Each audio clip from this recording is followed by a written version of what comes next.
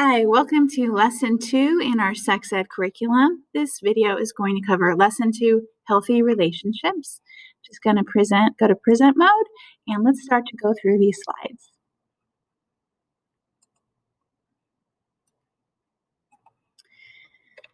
All right, so this lesson is actually super important, understanding characteristics of healthy relationships, because as we move into Lesson 3, we're going to be covering characteristics of unhealthy relationships. So let's start with a real good foundation here. All right, here is our preview story on page 17. Tim and Beatrice have been experiencing some relationship problems lately. They both say that they love each other, and Tim certainly enjoys the hugs and kisses. But Beatrice doubts whether Tim truly loves her, and she wants more from their relationship. The problem is, when Tim asks Beatrice to explain what more she wants, Beatrice can't explain what she means. All she says is, I need you to love me more, and I want us to be closer. This leaves Tim frustrated and confused. He doesn't understand why the hugs and kisses aren't enough. All right, so what are the facts in this story? Compare and contrast Tim and Beatrice's attitude towards the relationship. And if Tim and Beatrice stay together, what are some relationship skills that they need to work on? So go ahead and take a moment to respond and then come back and play this. All right, some possible facts for the first prompt are, we know that Tim and Beatrice are in a relationship, and we know they're having some relationship problems. We know that Beatrice wants more. Tim wants to know what that means, and she can't really explain it. Number 2, compare and contrast Tim and Beatrice's attitude towards their relationship. Well, they both say they love each other, but maybe love means something different to each of them. Tim seems to be satisfied with the current level of physical contact, the hugging and the kissing. And Beatrice wants them to be closer, so maybe she's more focused on the emotional side of the relationship. And if they need to stay together, what are some relationship skills they need to work on? Well, probably the biggest one here would be communication. Maybe trust could be another one that you wrote down, but communication is probably what I would expect each of you to write down. All right, let's go ahead and get started. This will be a very short lesson today. We're going to cover the 3 components of love and identify 8 types of intimacy. We'll also identify some non-sexual ways to achieve intimacy and identify the qualities of a healthy relationship.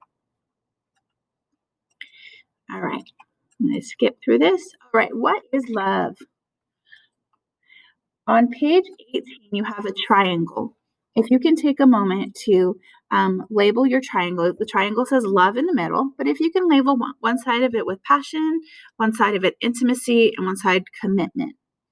And on the passionate side, just like the screen shows, if you can write what that means. Passion is a strong physical or emotional attraction to a subject or a person. Intimacy is a closeness and familiarity with a subject or person. And commitment, a long-term interest in and loyalty to the subject and person.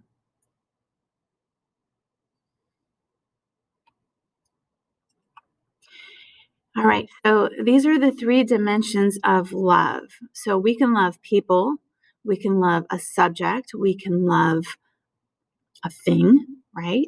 Love looks very different. I want you to think about relationships. Can you identify a relationship that might include all 3 of those?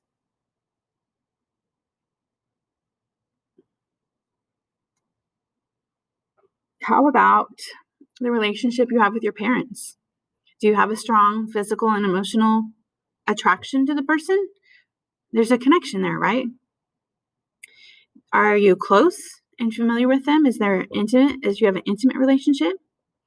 How about a long-term interest in that person or subject? So it could be a parent-child relationship, a best friend, a spouse, What about a topic? Maybe I am in love with my job. Do I have a strong emotional connection to my job? Am I very familiar with my job? I'm very close, familiar. I know all the intimate details about my job. How about long term? Am I committed to Whitney High School and Rockland Unified District? I've been here 22 years. Could you say that I have love for my job? You probably could. So, could people mean different things when they say "I love you"? Right? People throw that around all the time. Oh, I love you, I love you, I love you. And sometimes they say it because they truly do love somebody. Sometimes they say it more casually. How about this question? Do you love me? How do you respond to that if you don't?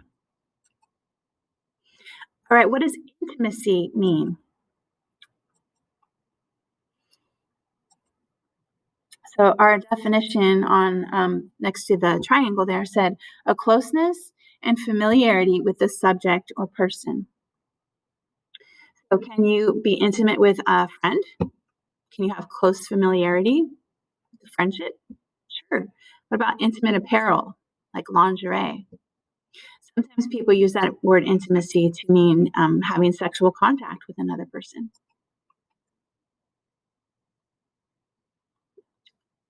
All right, towards the bottom of the page, 18, or in the middle of the page, it asks you what are the 8 types of intimacy. And they're all listed here for you: emotional, recreational, spiritual, conflict, crisis, work, intellectual, and physical. And I would like you to write out the descriptions for each of those 8 types of intimacy. So, emotional intimacy is identifying and sharing feelings. You automatically become closer, more intimate with a person when you open up. Physical intimacy is touching one another, right? And that can look like a lot of things. That can be high fives, that can be hugs and kisses, that can be sexual contact, that can be, I don't know what else it could be. How about intellectual intimacy? Sharing knowledge and ideas. Again, that kind of goes with the first one when I said opening up to somebody, that automatically brings you closer. Recreational intimacy. How about sharing activities like sports? A lot of you are very close to teammates. Spiritual intimacy would be exploring the meaning and purpose of life. So you might be intimate with a relationship within your spiritual beliefs.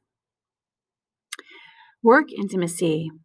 Developing familiarity by working on a task together. And that might be at school, right? Working on maybe a group project together. Crisis, experiencing and overcoming a challenge together. That can automatically bring people closer because they have a connection that no other people can share when they've been through a challenge together. And conflict, working through a difference of opinion. That can definitely bring people closer together.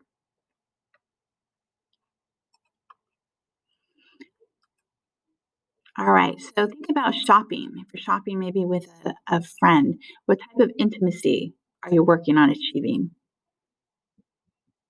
Maybe recreational intimacy. How about being on a sports team?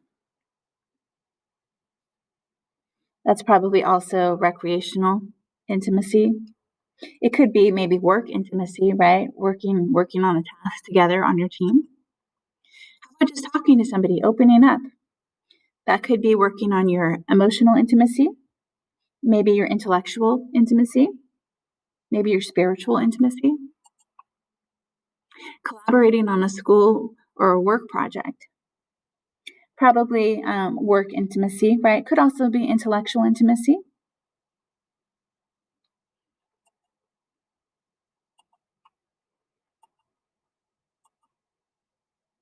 All right, and then at the bottom of the page, I'd like you to take a few moments to write down as many characteristics of a healthy relationship as you can think of.